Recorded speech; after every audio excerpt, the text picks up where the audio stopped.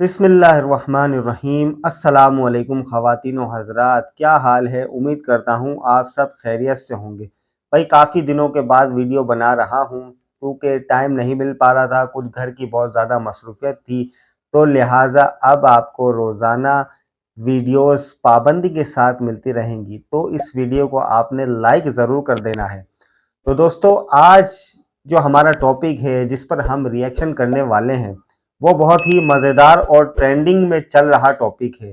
Engineer محمد علی مرزا صاحب، چونکہ وہ اپنے مزاج کی وجہ سے جو ہے بہت ہی زیادہ لوگوں کی ضد میں آتے رہتے ہیں، اپنے طنزیہ مزاج کی وجہ سے آئے دن جو ہے کسی نہ کسی مفتی اور کسی نہ کسی عالم کو جو ہے وہ اپنے نشانہ بناتے رہتے ہیں، اور امت میں اتحاد اور اتفاق پیدا کرنے کے بجائے ایک فتنہ برپا کر رہے ہیں، خاص طور پہ جو ہماری ینگ جنریشن ہے۔ کافی زیادہ تعداد میں لوگ انہیں فالو کر رہے ہیں، لیکن فالوورز کا زیادہ ہونا اس بات کی دلیل نہیں ہے کہ وہ حق پر ہیں۔ انجینئر محمد علی مرزا صاحب نے ڈاکٹر اسرار رحمت اللہ علیہ کے ساتھ ان کی کچھ سوشل میڈیا کے اوپر تصاویر دیکھی گئی، اور انہوں نے یہ بات کہی کہ میں ڈاکٹر اسرار رحمت اللہ علیہ کا شاگرد ہوں، ان کی صحبت میں رہا ہوں، جس پر تنظیم اسلامی کے امیر شجاع الدین شیخ صاحب نے اپنا ایک بیان ریکارڈ کروایا ہے، اور اس بیان میں انہوں نے کیا فرمایا ہے وہ ہم جانیں گے اس ویڈیو میں، تو ویڈیو کے ساتھ اینڈ تک بنے رہیے گا۔ اچھا جی، محمد حذیفہ آصف پراچا، اب یہ دو بندے ہیں یا ایک ہی صاحب کا لمبا نام ہے، بہرحال ان کی کراچی سے ان کا تعلق ہے۔ انہوں نے ایک اسپیسیفک شخصیت کے بارے میں سوال کیا ہے۔ آج کل ایک معروف شخصیت انجینئر علی مرزا سوشل میڈیا پر بہت لوگوں کو متاثر کر رہے ہیں۔ ان کے خیالات، نظریات اور تصورات سے مجھے کئی اختلافات ہیں، اور میری نظر میں جس کام میں ان کی اس وقت مصروفیات ہیں، بانی تنظیم ڈاکٹر اسرار احمد صاحب رحمہ اللہ کا دور دور سے اس تک کوئی واسطہ اور تعلق نہیں ہو سکتا، بلکہ کئی اعتبارات سے بالکل تضاد بھی نظر آتا ہے۔ لیکن ان صاحب کا بہت بڑا مسئلہ جس سے بہت بے چینی پیدا ہو گئی ہے وہ یہ ہے کہ یہ بار بار اپنے آپ کو ڈاکٹر اسرار احمد صاحب کا شاگرد قرار دیتے ہیں۔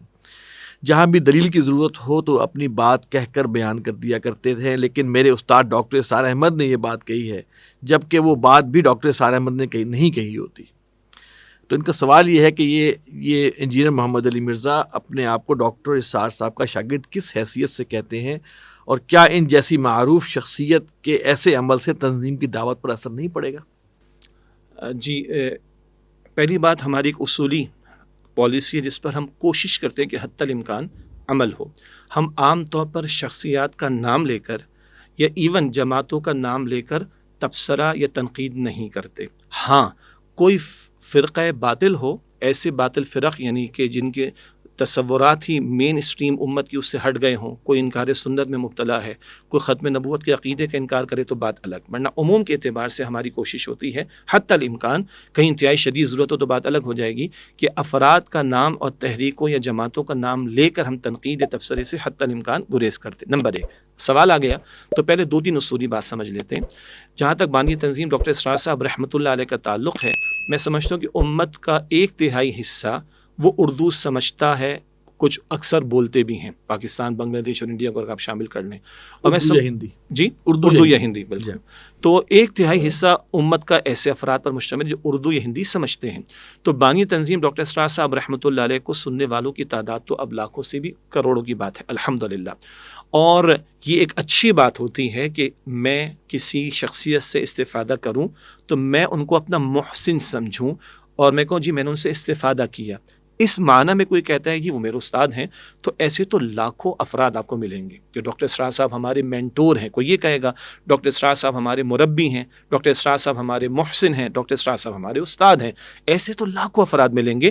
تو کوئی اتنا کریڈٹ دیتا ہے ان کو یا ذکر کرتا ہے تو یہ اچھی بات ہے۔ سیدنا علی رضی اللہ تعالیٰ عنہ فرماتے ہیں جس نے مجھے ایک لفظ سکھا دیا وہ میرا استاد ہے، میں اس کا غلام ہوں۔ اللہ اکبر کبیرہ۔ امام ابو حنیفہ رحمۃ اللہ علیہ کے بارے میں ایک عجیب مسئلہ معروف ہے کہ کسی یعنی کتے سے متعلق کوئی مسئلہ تھا، میں وہ بیان نہیں کر رہا ابھی، تو کسی شخص نے جو صفائی ستھرائی کا کام کرتا تھا اس نے اس بارے میں امام صاحب کو ایک بات سمجھائی، تو امام صاحب اس کو دیکھ کر اس کے احترام میں کبھی کبھی کھڑے ہوتے تھے، اس کا ادب کرتے تھے، بھائی یہ فلاں بات اس نے مجھے سمجھائی۔ تو یہ ہمارے اسلاف کا طریقہ ہے۔ یہاں تک تو اصولی بات آ گئی۔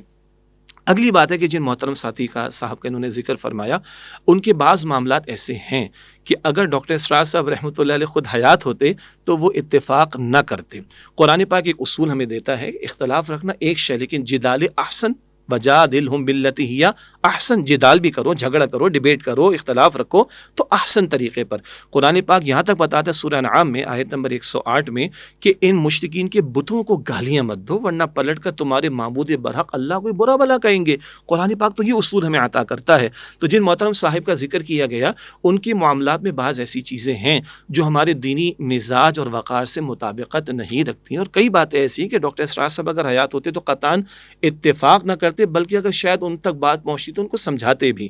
آخری بات جو ہمارے بھائی نے کہی ہے کہ بھائی وہ اب وہ نام لیتے ہیں تو اس سے تنظیم کی دعوت کو نقصان تو نہیں پہنچے گا۔ اب دیکھیے بہت سی باتیں ہمارے اختیار میں تو نہیں ہیں، اب کسی نے استفادہ کیا اور وہ اپنے آپ کو ریلیٹ کر رہا ہے تو ٹھیک ہے، البتہ سننے والوں کو دیکھ لینا چاہیے کہ ڈاکٹر اسرار صاحب کی پوری زندگی کس کام میں لگی۔ کیا معاذ اللہ وہ اسلاف پر بحثیں کرنے میں لگی؟ کیا وہ فقہی مسائل کے میدان میں داخل ہو کر اپنی عقول لڑانے اور اپنی آرا پیش کرنے میں لگی؟ کیا وہ مسلکی اختلاف پر بحثوں کو چھیڑنے میں لگی؟ کیا وہ افراد اور شخصیات کے اوپر بازاری قسم کے انداز سے کلام کرنا؟ استغفر اللہ، قطعاً نہیں۔ ان کی زندگی لگی خدمت قرآنی میں، ان کی زندگی لگی اقامت دین کی جد و جہد کے تعلق سے۔ اور آخری بات ہے کہ میں بھی ڈاکٹر اسرار صاحب کا شاگرد ہوں، میں ان کا روحانی بیٹا ہوں، میں ان کا شاگرد ہوں، میرے محسن ہیں۔ دیکھنے کی بات ہے کہ اگر میں کسی کو اپنا استاد کہہ رہا ہوں تو ان کی زندگی کے مقصد سے میں کتنا ہم آہنگ ہوں۔ میرے نزدیک، ہمارے نزدیک وہ سب معتبر ہیں، قابل احترام ہے جو ڈاکٹر اسرار صاحب کو اپنا محسن سمجھتے ہیں، مگر ڈاکٹر صاحب خود کہتے ہیں یار اگر مجھ سے محبت ہے تو آؤ میرے ہاتھ میں ہاتھ دو، بیعت کرو میرے ہاتھ پر۔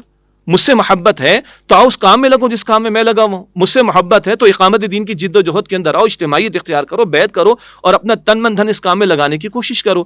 تو واقعتاً میں سمجھتا ہوں کہ اگر کوئی واقعتاً اپنے آپ کو ڈاکٹر اسرار صاحب کا شاگرد کہے یا ان کو واقعتاً اپنا بڑا اور محسن مانے، تو میں سمجھتا ہوں کہ اس کی اخلاقی کم از کم ذمہ داری بنتی ہے کہ وہ مشن جو ڈاکٹر اسرار صاحب کا تھا رحمۃ اللہ علیہ، جس میں ان کی پوری زندگی لگ گئی، زندگی پوری قربان ہو گئی، اس کام میں بالفعل وہ لگے، تو میں سمجھتا ہوں واقعتاً پھر ہم کہیں کہ ہم ان کے شاگرد اور وہ ہمارے استاد ہیں۔ تو دوستو آپ نے دیکھا کہ شیخ صاحب نے کتنا خیال کیا، اور شیخ صاحب نے پہلے یہ بات کر دی کہ ہم کسی بھی افراد کو، کسی بھی جماعت کا نام نہیں لے کے بولتے کہ فلاں نے یہ کہا، فلاں نے یہ کہا۔ تو آپ ہمارے اکابرین کو دیکھیے دوستو کہ جو اکابرین ہیں، ہمارے اسلاف ہیں، وہ یعنی کہ کس درجے تک خیال کرتے ہیں۔ اگر ان کا کسی سے کوئی اختلاف بھی ہے تو وہ یعنی کہ ایسا نہیں کہ نام لے کے بولتے ہیں کہ جی فلاں ایسا ہے، فلاں ایسا ہے۔ اب انجینئر محمد علی مرزا صاحب نے کیا کیا کہ شیخ الاسلام حضرت مفتی محمد تقی عثمانی صاحب جیسی شخصیت، جن کے علم کا لوہا پوری دنیا میں مانا جا رہا ہے۔ دوستو عرب کسی کو بھی جو ہے نا اتنی جلدی نہیں مانتے، لیکن عرب بھی جو ہے وہ حضرت مفتی محمد تقی عثمانی صاحب کو جو ہے وہ اپنا استاد مانتے ہیں، یعنی کہ انہیں ان کے علم کے لوہے کو وہ مانتے ہیں کہ واقعی وہ ایک بہت بڑے درجے کے عالم ہیں۔ لیکن انجینئر محمد علی مرزا صاحب نے ان کے اوپر بھی تنقید کر دی۔ جب حضرت مفتی محمد طارق مسعود صاحب جو ہے وہ کراچی سے جہلم پہنچے تو وہ شارٹ ہو گئے، مارکیٹ سے شارٹ ہو گئے۔ مفتی طارق مسعود والی لینگویج استعمال کر رہا ہوں کہ وہ مارکیٹ سے شارٹ ہو گئے۔ ابھی جب بریلوی مسلک کے علماء جب پہنچے جہلم ان سے مناظرہ کرنے کے لیے تو وہاں بھی شارٹ ہو گئے۔ تو یعنی کہ آپ چاہ کیا رہے ہیں؟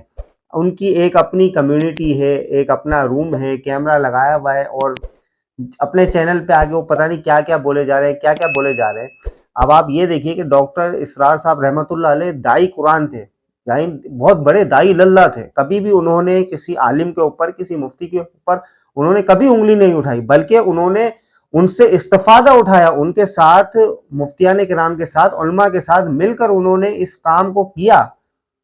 یعنی کہ کہتے ہیں نا کہ بندہ جتنا انسان چھوٹا ہو کے بڑا بنتا ہے نا، اتنا بڑا ہو کے جو ہے نا وہ پھر اگر اپنے آپ کو سمجھتا ہے تو پھر وہ ایک علم کا جو تکبر انسان کے اندر آ جاتا ہے نا، تو پھر اللہ کو پھر ایسے بندوں کی ضرورت نہیں، اور اللہ کو اس کے اوپر بڑا غصہ آتا ہے کہ کہتے ہیں نا کہ تکبر والی صفت صرف اللہ کی ہے، انسان کی تکبر کرنے کی اوقات ہی نہیں ہے۔ تو میں سمجھتا ہوں کہ آپ کو بات سمجھ میں آ گئی ہوگی، کیونکہ آپ ماشاءاللہ سے سمجھدار لوگ ہیں۔